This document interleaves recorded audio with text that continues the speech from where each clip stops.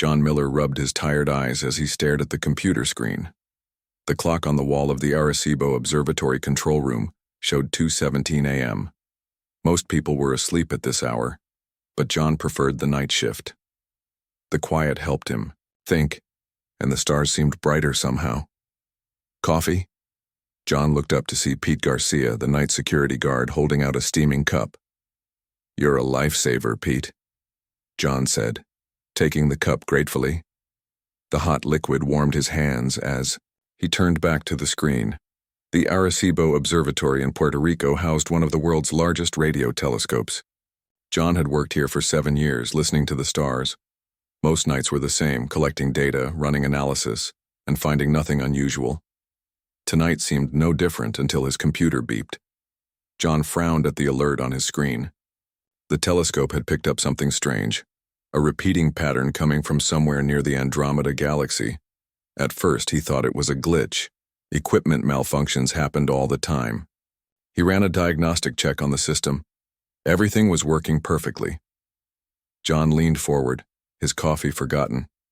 The pattern continued, a series of pulses that couldn't be natural. Space was full of radio waves from stars, quasars, and other cosmic objects, but those signals were random. This was different. This had structure. He picked up the phone and dialed a number he knew by heart. "Hello?" A sleepy voice answered after several rings. "Lisa, it's John. I need you to come in." "It's the middle of the night," Lisa Howard complained. As the observatory's linguistics expert, she usually worked days analyzing potential patterns in cosmic signals. "I found something," John said. "Something real." There was a pause. "I'll be there in 20 minutes. John spent the time running more tests, confirming and reconfirming the signal. By the time Lisa arrived, her curly hair hastily pulled into a ponytail, he had created a visual representation of the pattern. "This better be good," Lisa said, dropping her bag on the floor. She wore jeans and a wrinkled t-shirt, clearly dressed. "In a hurry." John pointed to the screen. "Look at this." Lisa leaned in, her eyes scanning the pattern. "That's not random noise." "No," John agreed. "It's a message." The next 3 days passed in a blur of coffee, fast food, and little sleep. John and Lisa worked around the clock trying to decode the signal. They plotted the pulses on graphs, ran them through computers, and looked for any mathematical relationship they could find. On the 3rd day, Lisa stood up suddenly, knocking over an empty coffee cup. "It's based on prime numbers," she said. "They're using prime numbers as a foundation. Any advanced civilization would recognize them. Once they understood the basic structure, the rest fell into place quickly."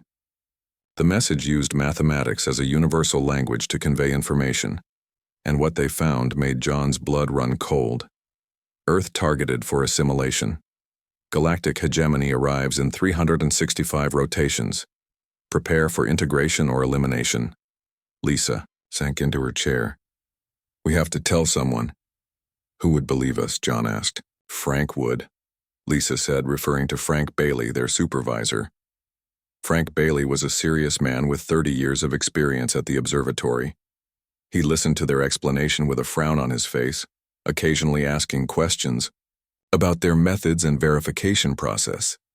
"You're sure about this?" he asked when they finished. "As sure as we can be," John said. "The signal is real. The message is clear." Frank nodded slowly. "I'll contact NASA. They have protocols for this sort of thing." John had expected more resistance. "You believe us?" "I've known both of you for years," Frank said. "Neither of you is prone to imagination or hysteria. If you say this is real, I believe you." Within 48 hours, the quiet observatory became a hive of activity. Government vehicles filled the parking lot. Men and women in suits commandeered the main conference room. John and Lisa found themselves explaining their discovery over and over to different officials. Dr. Samantha Brooks from the Defense Advanced Research Projects Agency, DARPA, was assigned to lead the investigation. She was a small woman with sharp eyes and a no-nonsense attitude. "Show me everything," she told them. They walked her through their entire process, from detection to decoding. Dr. Brooks asked tough questions, checking their work from every angle. When they finished, she sat quietly for a long moment. "You've done good work," she said finally. "Unfortunately, I believe you're correct. This is first contact, and it's not friendly." "What happens now?" Lisa asked. "Now I talk to the president," Dr. Brooks said. President William Carter was 65, with gray hair and deep lines on his face. He had not planned to deal with an alien invasion during his term. Yet here he was, sitting in the Oval Office, preparing to address the world. "Are we sure?" he asked the room of advisors one final time. "Yes, Mr. President," Dr. Brooks confirmed. "The message is authentic. We've had 3 separate teams verify the work." The president nodded. "Then the people have a right to know." That evening, television programs around the world were interrupted. The president's face appeared on screens in living rooms, bars, airports, and town squares across the globe. "My fellow citizens of Earth," he began, "I come to you today with extraordinary news. 3 days ago, astronomers at the Arecibo Observatory detected a message from deep space. This message has been confirmed as authentic communication from an advanced civilization calling itself the Galactic Hegemony." He paused, taking a deep breath. "The message warns that Earth has been targeted for what they call assimilation. They will arrive in 1 year. Their stated options for us are integration into their empire or elimination." Around the world, people held their breath. "This is not a time for panic," the president continued. "This is a time for unity. As of this moment, I am calling for an emergency session of the United Nations. We face this threat not as separate nations but as one human family. Together we will find a way to protect our world and our way of life." The expected panic did not come. Instead, something remarkable happened. Old enemies put aside their differences. Resources were shared. The United Nations established the Earth Defense Coalition, a global organization tasked with preparing humanity for the coming threat. General Alan Peters, a decorated military leader with experience in international cooperation, was appointed to head the military response. Scientists and engineers from around the world joined the effort to develop new technologies. Telescopes across the planet turned their gaze to the stars, watching for signs of the approaching threat. At the heart of the scientific division was Dr. Brooks, with John and Lisa working closely with her team. They met in a new underground facility built specifically for the crisis. "We've analyzed every aspect of the message," Dr. Brooks said during one meeting 6 weeks after the discovery. "They gave us exactly 1 year. Why tell us at all? Why not just arrive without warning?" "Maybe they're required to announce themselves," suggested one scientist. "Or maybe they want to see how we react," John said. "Maybe it's a test." Lisa, who had been quiet during the discussion, finally spoke up. "What if we send a message back?" The room fell silent. "What kind of message?" Dr. Brooks asked. "Not a plea for mercy," Lisa said firmly. "A warning of our own." Dr. Brooks smiled slowly. "I like the way you think, Dr. Howard. Let's show these aliens that if they want Earth, they'll have to fight for it." As the meeting continued late into the night, a plan began to take shape. Humanity would not go quietly into the night. They would stand and fight. And it all began with a single warning from the stars, a warning that would change everything. 6 months had passed since the discovery of the alien message. The world had changed in ways no one could have imagined. Lisa Howard stood at the window of the new Earth Defense Coalition headquarters, looking out at the bustling activity below. The massive underground complex, built into the side of a mountain in Colorado, housed thousands of the world's brightest minds. Scientists, engineers, military strategists, and linguists all worked together with a single purpose: to save humanity. Quite a view, isn't it? Lisa turned to see John Miller walking toward her, carrying 2 cups of coffee. His beard had grown thicker over the past months, and dark circles had formed under his eyes. Like everyone else, he had been working non-stop. "Sometimes I still can't believe this is real," Lisa said, taking the offered cup. 6 months ago, we were just astronomers looking at stars. And now we're humanity's first line of defense against alien invasion, John finished. Dr. Brooks wants us in the main lab. Says she has something important to show us. The main laboratory was the heart of the EDC's scientific division. Hundreds of computers lined the walls, and large screens displayed data from around the world. In the center of the room stood a circular table with a holographic projector. Dr. Samantha Brooks was waiting for them. Despite the pressure of leading humanity's scientific response to the alien threat, she remained calm and focused. Her short gray hair was neatly combed, and her uniform was crisp and clean. "Good, you're here," she said as Lisa and John entered. "The team is ready to present our response plan." Other key team members gathered around the table. Dr. Raj Patel, a quantum physicist from India, Dr. Kim Sunja, a computer expert from South Korea, and Dr. Carlos Vega, a biologist from Brazil. Together with Lisa and John, they formed the core of the message response team. "As you know," Dr. Brooks began, "for the past 6 months we've been working on our response to the galactic hegemony. Today we finalize that message." She pressed a button on the table, and a holographic display appeared above it, showing Earth surrounded by newly built defense satellites. "Thanks to unprecedented global cooperation, we've made remarkable progress," she continued. "The International Space Station has been transformed into a command center. We've placed defense platforms in orbit. Military forces around the world have united under General Peters' command." Images appeared showing the expanded space station and the new orbital platforms. "But our most powerful weapon," Dr. Brooks said, "may be this message." Dr. Kim stepped forward. "We've designed a response that should make these aliens think twice about attacking Earth." The holographic display changed to show a string of complex mathematical symbols. "Our message begins with the same mathematical language they used," Dr. Kim explained. "This ensures they understand what follows." Dr. Patel pointed to the next section.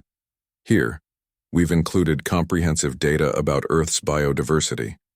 We want them to understand that our planet houses millions of unique species found nowhere else in the galaxy." "Why is that important?" John asked. "Resources," Dr. Patel replied. "If they're coming here for resources, we want them to know that destroying our ecosystem would damage what they hope to gain." Dr. Vega took over. "Next, we've included information about humanity's resilience. Our history shows we've survived ice ages, plagues, world wars, and natural disasters." "We've also included this," Lisa said, pointing to another section. "A simple but clear statement. We know you're coming. We've survived our own wars, plagues, and disasters. We will survive you too." John smiled, not exactly rolling out the welcome mat, are we? "There's more," Dr. Brooks said. "Show them the special package, Dr. Kim." Dr. Kim's usually serious face broke into a slight smile. "This is my favorite part. Within the message, we've embedded what appears to be routine data, but it contains a hidden code." The display zoomed in on a particular section of the message. When translated, this code will create a self-replicating virus designed to infiltrate their communication systems, Dr. Kim explained. "It won't cause permanent damage, but it will demonstrate our technological capabilities. And most importantly," Dr. Brooks added, "we've included data showing humanity's rate of technological advancement, how quickly we've progressed from simple tools to space exploration in just a few thousand years." "Why is that significant?" asked John. "Because," Lisa answered, understanding immediately, "it shows we're evolving faster than most species. If they give us time, we'll only become stronger." "Exactly," Dr. Brooks nodded. "We want them to question whether waiting another 100 years might make us too powerful to conquer easily." The team spent the next week finalizing every detail of the message. When they were satisfied, they presented it to the EDC's leadership. Council, General Alan Peters, President Carter, and representatives from major nations around the world. General Peters was a tall man with a commanding presence. He had led international missions before, but nothing on this scale. "You believe this message will deter them?" he asked after the presentation. "Not on its own," Dr. Brooks admitted, "but combined with our other preparations, it might make them reconsider a full-scale invasion." President Carter nodded thoughtfully. "When can we send it?" "The upgraded transmitter at Arecibo is ready," John said. "We can send it today." "Then do it," the president ordered. "Let's show these aliens what they're up against." That evening, John and Lisa returned to where it all began, the Arecibo Observatory. The facility had been upgraded with new equipment and additional security. Armed guards patrolled the perimeter, and military vehicles were parked nearby. They met Frank Bailey, their former supervisor, who had stayed on to oversee the observatory's operations. "Feels strange, doesn't it?" Frank said as they walked toward the control room. "Coming back here after everything that's happened." "Full circle," Lisa agreed. The control room was filled with technicians and military personnel. A direct line to the EDC headquarters had been established. Dr. Brooks and General Peters were watching via video conference. "Systems are ready," John reported, checking the final diagnostics. "Transmitter at full power." "This is it," Lisa said quietly. "Everything depends on this message." President Carter's voice came through the speakers. "On behalf of all humanity, you have permission to transmit." John took a deep breath and pressed the button. The message, humanity's response to the galactic hegemony, began its journey across the stars. "Now we wait," Dr. Brooks said. The waiting proved harder than anyone expected. Days turned into weeks. The world continued its preparations for war, but everyone wondered if their message had been received. 3 months later, Lisa was working late in her office at the EDC headquarters when John burst through the door. "They responded," he said, his eyes wide with excitement and fear. "Arecibo just picked up a new signal." Lisa jumped to her feet. "What does it say?" "I don't know yet. Dr. Brooks wants us in the main lab immediately." When they arrived, the entire response team was already gathered. Dr. Brooks stood at the head of the table, her face unreadable. "The signal has been confirmed and decoded," she announced. "I wanted you all to hear it together." She pressed a button, and the translation appeared on the large screen. "Approach reconsidered. Sending diplomatic envoy. Prepare for negotiation, not assimilation." The room fell silent. Then Dr. Vega began to laugh. "It worked. They're backing down." "Not backing down," General Peters corrected, his voice cautious. "Changing tactics. They're still coming." "But as diplomats, not conquerors." Lisa pointed out. "That's a huge difference." Dr. Brooks nodded slowly. "It seems our message accomplished its goal. They no longer see us as easy prey." "What now?" John asked. "Now," Dr. Brooks said, "we prepare to meet them, and we negotiate from a position of strength." As word spread around the world that the aliens had changed their plans from invasion to diplomacy, people celebrated in the streets. Humanity had stood up to a galactic power and earned respect. But in the EDC headquarters, the work continued. The diplomatic envoy was coming, and Earth needed to be ready. "One thing is certain, President," Carter said during an emergency session of the United Nations. "Our world will never be the same again." The announcement came without warning. Earth's new deep space monitoring stations detected the alien craft entering the solar system, moving at incredible speed. It bypassed Jupiter in hours, not days. "They're 3 weeks early," General Peters said, his voice tense as he addressed the emergency meeting at EDC headquarters. "The envoy wasn't supposed to arrive for another 22 days. "Maybe they're trying to catch us off guard," suggested one of the military advisors. Dr. Brooks studied the data on her tablet. "It's a small vessel. Our scans only detect 3 life forms aboard. If this is a trick, it's not much of an invasion force." President Carter, speaking via secure video from Washington, asked the question on everyone's mind. "Are we ready for this?" No one answered immediately. The truth was they had expected more time to prepare. Lisa Howard finally broke the silence. "Ready or not, they're here. We need to decide how to respond." The alien ship entered Earth orbit 12 hours later. It made no aggressive moves and transmitted a simple message in the same mathematical language they had used before. "Request meeting, neutral ground, lunar surface suggested." The world's leaders debated the response. Some argued it was a trap. Others saw it as an opportunity. In the end, President Carter made the decision. "We accept their terms," he announced. "We will meet them on the moon." The next challenge was selecting Earth's representatives. After much discussion, a small delegation was chosen. President Carter himself, General Peters, Dr. Brooks, and the Tier, two people who had started it all, John Miller and Lisa Howard. "Us? Why us?" John asked when Dr. Brooks told them they were included. "Because you discovered the first message," she explained. "And because you helped craft our response. In a way, you two have been communicating with them from the beginning." "We're not diplomats," Lisa pointed out. "None of us are," Dr. Brooks said with a small smile. "We're all making this up as we go along. Thanks to the global cooperation sparked by the crisis, Earth had made impressive technological leaps in the past 9 months. The new spacecraft Unity was the result of combined research from space programs around the world. It could reach the moon in 14 hours instead of the 3 days it had taken the Apollo missions. The launch site was packed with officials, scientists, and media. The 5 members of Earth's delegation stood before the cameras in their specially designed spacesuits. "This is a historic day," President Carter told the world. "For the first time, humanity will meet representatives from another civilization. We go as ambassadors for all people of Earth, carrying your hopes and your courage with us." The journey to the moon was tense and quiet. Each member of the delegation prepared in their own way. General Peters reviewed security protocols. Dr. Brooks studied the alien communications one last time. President Carter practiced his opening remarks.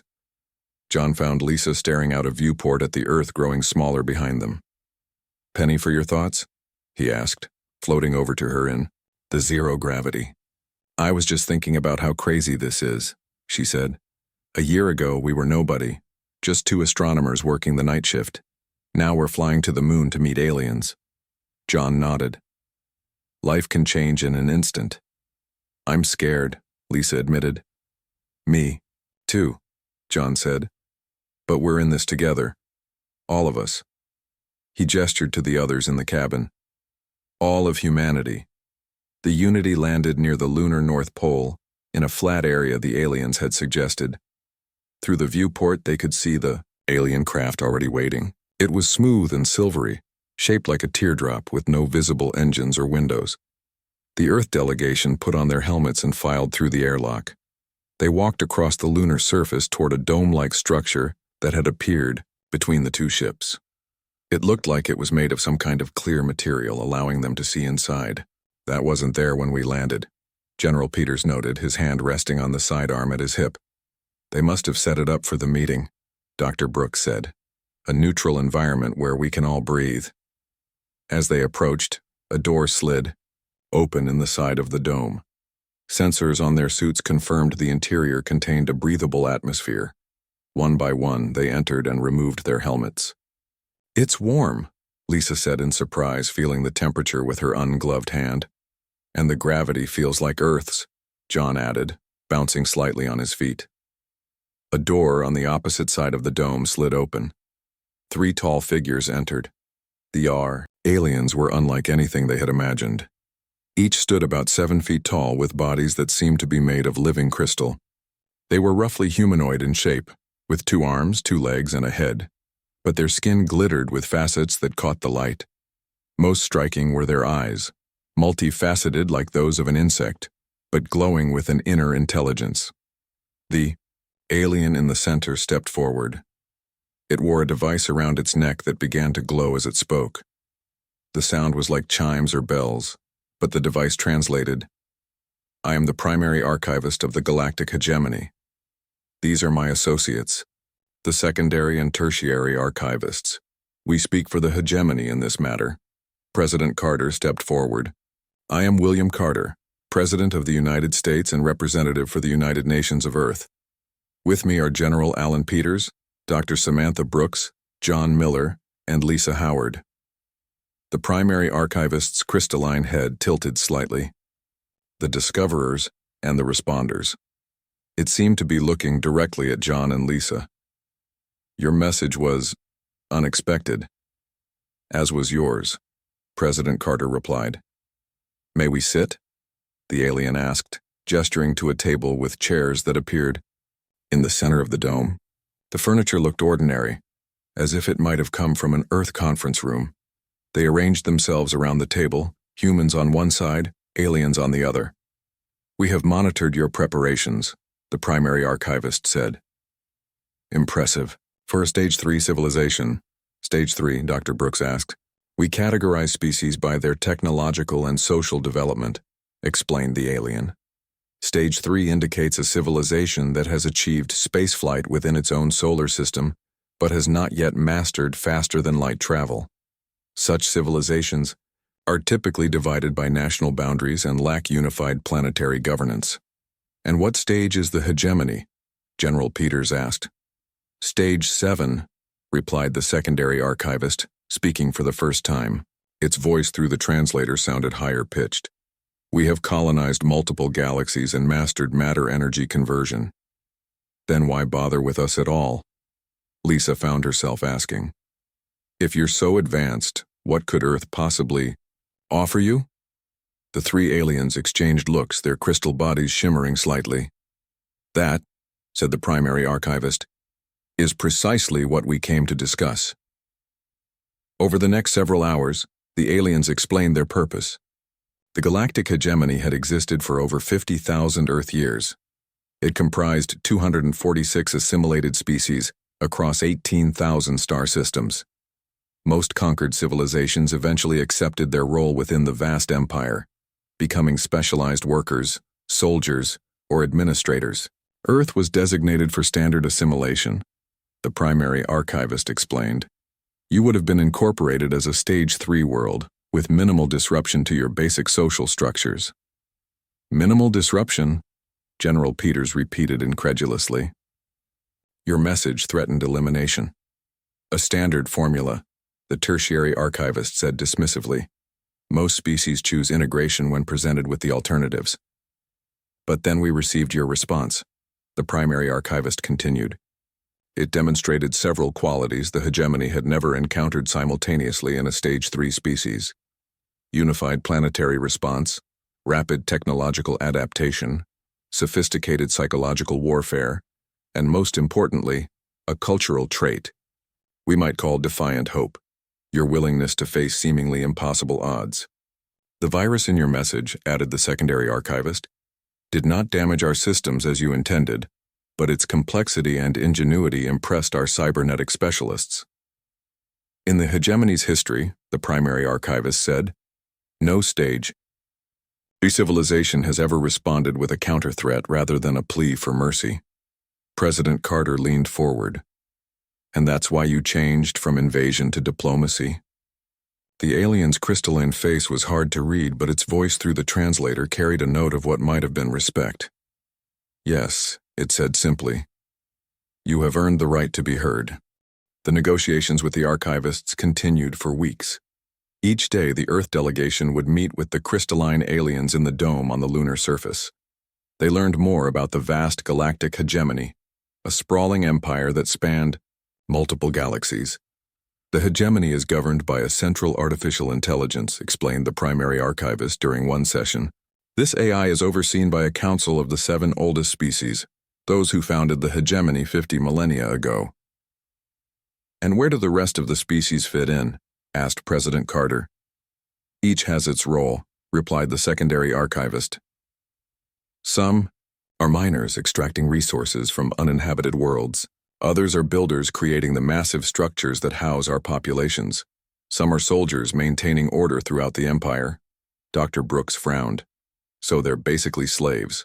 The primary archivist's crystal body shimmered. Gesture they had learned indicated disagreement. Not slaves.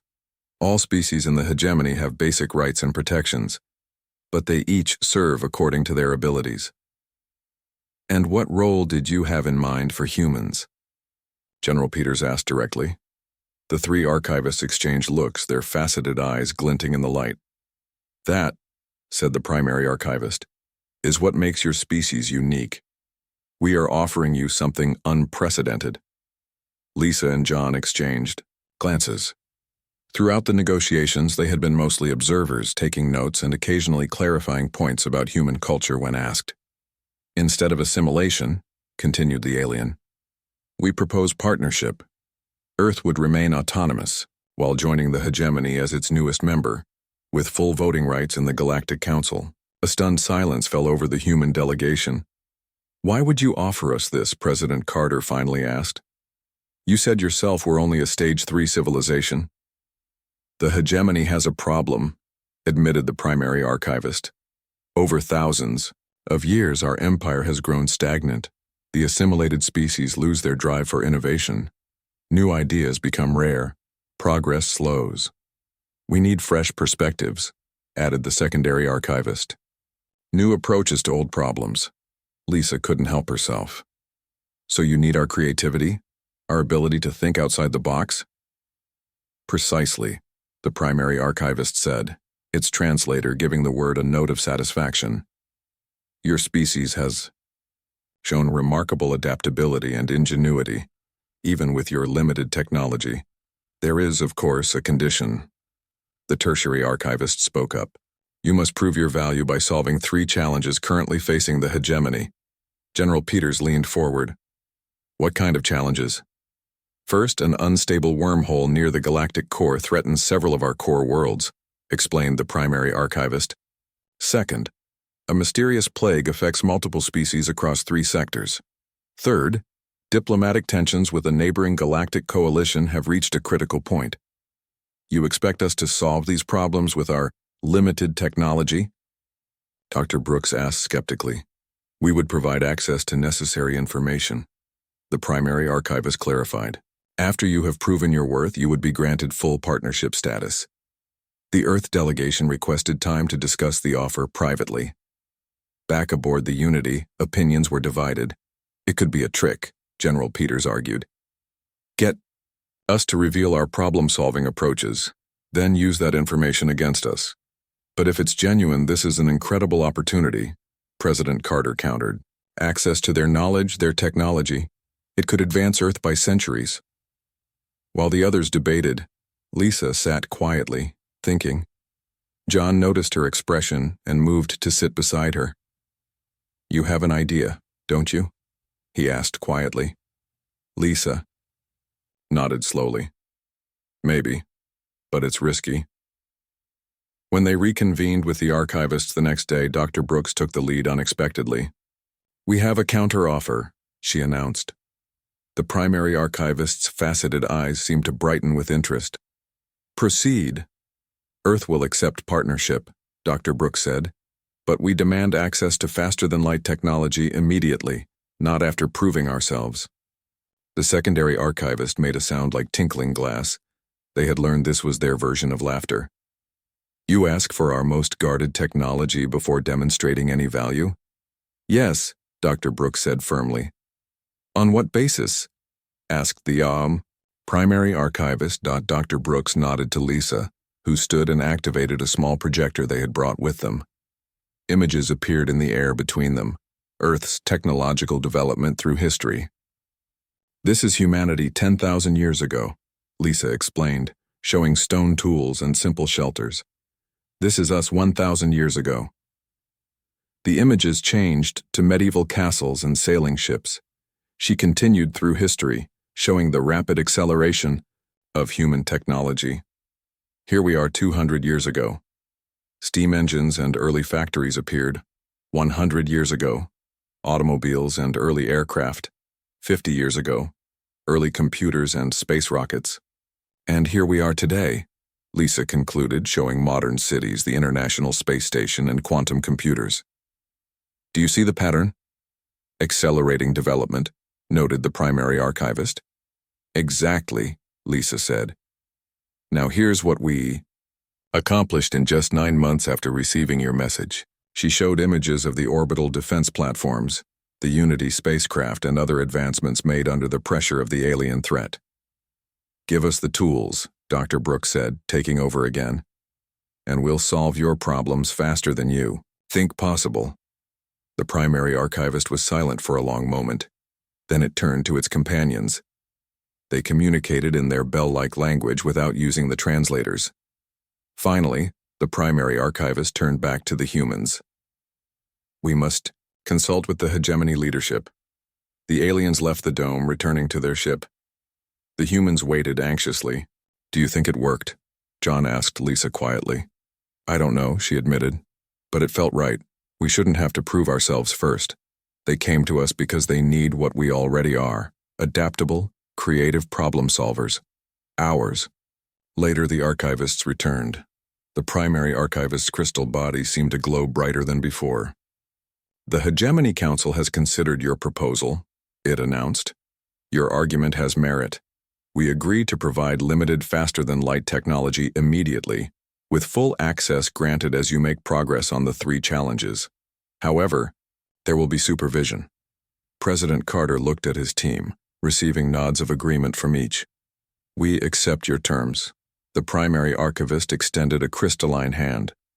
"Then let it be recorded in the archives. Earth joins the Galactic. Hegemony not as a subject world, but as a partner species." President Carter stood and shook the alien's hand, sealing the historic agreement. 2 months later, John watched from the observation deck as Earth's first faster-than-light ship prepared for its maiden voyage. The sleek vessel had been built, using a combination of hegemony technology and human engineering. It was christened the Defiant Hope. Lisa joined him at the viewport. "Can you believe we're actually going?" she asked. They had both been selected as part of the crew for the Defiant Hope's first mission, addressing the plague affecting hegemony, worlds. Scientists theorized that Earth's extensive experience with viral outbreaks might provide fresh insights. "Sometimes I still wake up thinking it was all a dream," John admitted. "That I'm back at Arecibo just staring at the stars instead of visiting them." Alarm sounded, announcing the final preparations for launch. Throughout the ship, crew members moved to their stations. The Defiant Hope's crew represented a cross-section of humanity: scientists, engineers, diplomats, and military personnel from nations around the world. Before boarding, they had attended a ceremony where President Carter addressed humanity one final time before the ship departed. "A year ago, we received a warning that we were targeted for conquest," he had told the billions watching around the world. "Today, we embark on our first journey to the stars not as conquered, but as conquerors of our own fear. Not through force of arms, but through courage, ingenuity, and our uniquely human quality, our refusal to accept limitations placed upon us by others." Now, as John and Lisa made their way to their stations, they felt the weight of those words. They were no longer just 2 astronomers who had discovered an alien message. They were representatives of humanity, venturing into the unknown. "All stations report ready," announced Captain Maria Rivera over the ship's communication system. Preparing for jump to faster than light, the tertiary archivist, who would be accompanying them as the hegemony's observer, stood nearby, its crystal body humming with what seemed like excitement. "Your species continues to surprise us," it said to John and Lisa. "Most new members take years to adapt to space travel. You've done it in months." "That's what humans do," Lisa said with a smile. "We adapt, we overcome, we hope." "Initiating FTL drive in 10 seconds, came the captain's voice. The stars outside the viewport began to stretch and blur. 5, 4, 3, 2, 1. In a flash of light, the Defiant Hope disappeared from Earth orbit, carrying humanity's future among the stars. Across the galaxy, word spread quickly through the hegemony. The newest member species was unlike any that had come before. They had changed their fate with a single warning, and now they were changing the hegemony itself. One impossible solution at a time.